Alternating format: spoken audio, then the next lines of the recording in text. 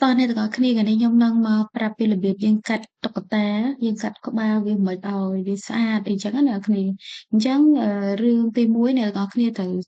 គិតថាតើរូបដែលយើងថតណាក្បាលតុក្កតារូបដែលយើងថតចង់យកទៅដាក់នៅក្នុងនេះ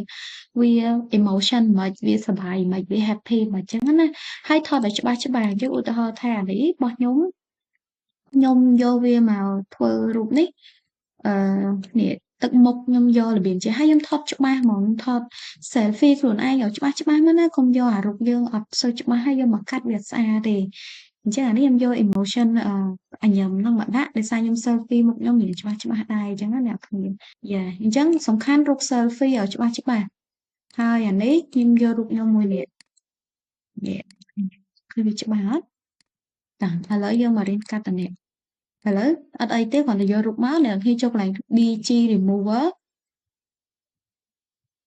អូខេអញ្ចឹងវាសល់អានេះ BG remover មកប៉ុន្តែវាអត់ទាន់ដាច់អស់ទេអ្នកនរគ្នាទៅចុចលើអា BG remover ហ្នឹងមកតាំងទៀតមកចុចនៅលើវាមកវាឲ្យយើងerase ឬក៏ restore អាកន្លែងណាដែលយើងគិតថាគួរតែលុបបន្ថែមទៀតយើងចុចកន្លែង erase restore យើងចុច restore ឧទាហរណ៍ថាយើងចង់វាសល់អានេះហើយតើមិនអ្នកនរគ្នាចុច back មក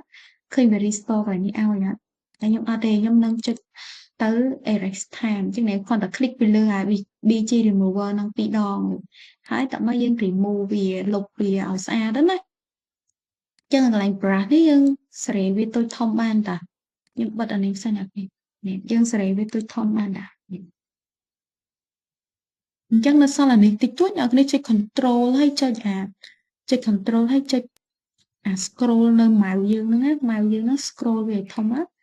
ហើយយើងសេរីទូចធំតាមហ្នឹងណាដើម្បីយើងងាយស្រួលកាត់អញ្ចឹងកាត់វាតិចតិចតិចមកម្ដងតិចណាកន្លែងនេះតាមដែលយើងតម្រឹមទេយើងស្រឡាញ់យើងតម្រឹមឲ្យស្អាតមកហើយ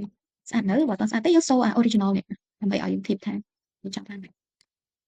អញ្ចឹងបើវាដាច់ខួរតិចតួចអីយើងយកឲ្យ restore វិញមកយើងដាក់ restore វាវិញមកលើកអីយើងកាត់វាបន្តិចវិញអញ្ចឹងណាឥឡូវដល់ថាខ្ញុំប៉ុណ្នេះហើយខ្ញុំអូខេខ្ញុំចុចក្អែងនេះអ្នកគ្នាមុខខ្ញុំបានផ្លេចលុបអា restore ស្អីគេនេះឥឡូវខ្ញុំកាត់បានហើយអាមុខនេះបើវាខុស position ណាអ្នកគឺយក flip មកដូរវាចេះចុះហ្នឹងអូខេអញ្ចឹងឃើញវាអត់សូវមានពលឺពេញទេមែនណាអ្នកគឺវាខុសពណ៌ហើយខ្ញុំយកកន្លែង edit ដើម្បីadjust វាឲ្យរៀងភ្លឺបន្តិចយកអូចាស់ក្បាលឬក៏ Vista យើងទាញវាភ្លឺមក Epson នៅ background ឬក៏កន្លែងដែលយើងដើម្បីខ្ញុំ play អាគ្រីមមើលអូខេអញ្ចឹងខ្ញុំមានប៉ុណ្ណឹងឯង Goodbye Bye